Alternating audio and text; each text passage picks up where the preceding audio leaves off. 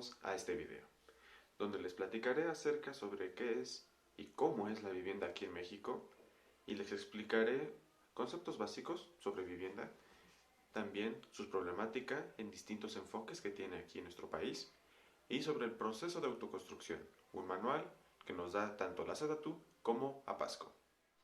El objetivo de este video es que todos sepan lo que es una vivienda, sobre cómo se vive aquí en México, las problemáticas que tiene, para poder identificar qué es lo que está pasando, qué es lo que estamos haciendo mal.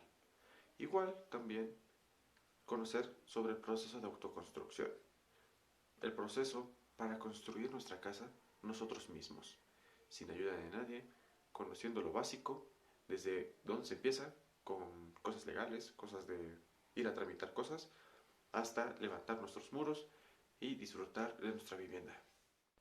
Para comenzar, es muy importante entender la diferencia entre dos palabras que son muy similares y suelen ser comprendidas por igual, pero la verdad es que tienen un significado distinto, las cuales son vivienda y hogar. La vivienda hace referencia a la construcción, a la edificación, a la casa como tal, que contiene que los muros, el techo, el piso, eso es la vivienda. El hogar es ya el lugar físico, pero le damos vida, o sea, cuando la casa ya está habitada y los habitantes hacen sus actividades del día con día y la disfrutan, usan de ella, disponen de ella para lo que lo necesiten.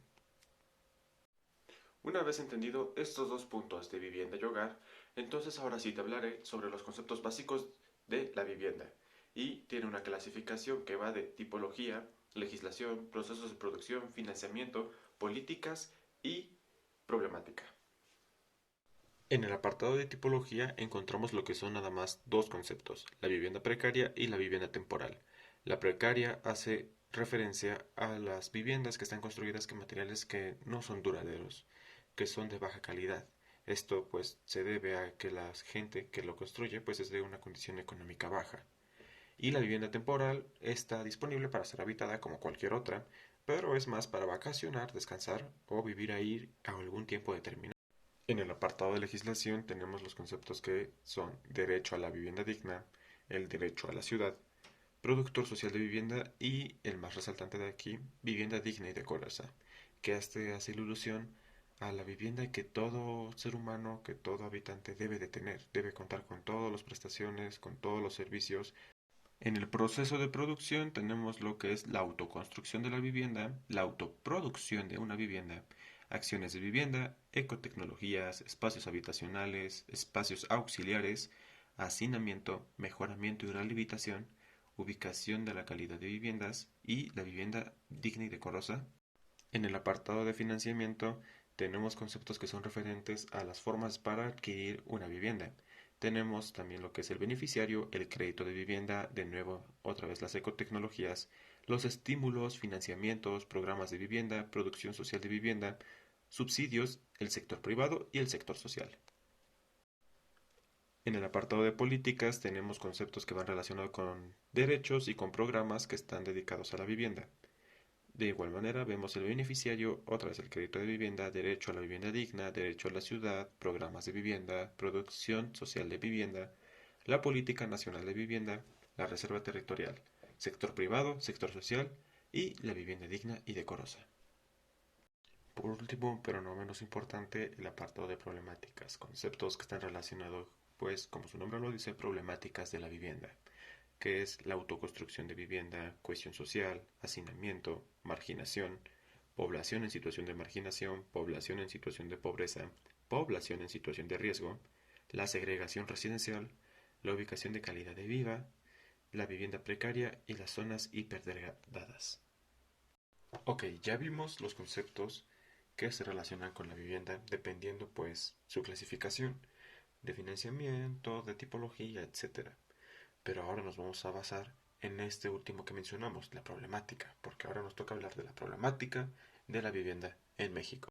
Los enfoques de la problemática de la vivienda en México son cuatro, los cuales son el social, el financiero económico, el urbano territorial y el constructivo. En México aproximadamente 14 millones de hogares no gozan del derecho a la vivienda digna y decorosa. Esto representa al 45% del total de viviendas registradas en el país. En México, la accesibilidad a una vivienda digna es altamente desigual y representa un riesgo importante para el desarrollo pleno de la población. La pobreza igual está ligada a la falta de acceso a una vivienda digna en México, lo cual se manifiesta a través de la carencia por calidad de los materiales y el hacinamiento. En México, las formas más comunes para adquirir una casa son mediante un crédito hipotecario. Sin embargo, muchos de los habitantes no son candidatos a este tipo de productos financieros por decisión propia del banco. Y otra forma también de adquirir una casa es mediante la herencia de familiares o amigos. Los estados más pobres del país, que son Chiapas, Guerrero y Oaxaca, presentan más del 70% de su población en condiciones urgentes de mejoras o cambio total de vivienda. Solo el 14.7% de las viviendas en México están bien ubicadas, es decir, cuentan con infraestructura básica y están próximas a fuentes de empleo. Respecto al enfoque constructivo, según el censo, de 35.3 millones de casas, 24.6% tienen más de 31 años de haber sido construida. Las casas más recientes son de 5 años o menos y de 6 a 10 años. Esto quiere decir que las casas se están deteriorando y la mayoría de las casas en México son viejas. Al igual que en México, muchas de las viviendas son de tipo precarias. El último punto por abordar en este video será el manual de autoconstrucción, tanto el de la cementera Pasco como el de la Sedatu. Uno es muy diferente al otro.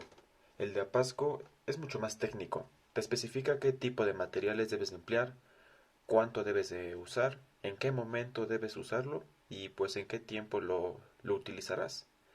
Mientras que el de la Sedatu te explica el concepto de cada una de las partes de la autoconstrucción. Para finalizar te mostraré un listado de los puntos que yo creo son los más importantes en el proceso de autoconstrucción de una vivienda.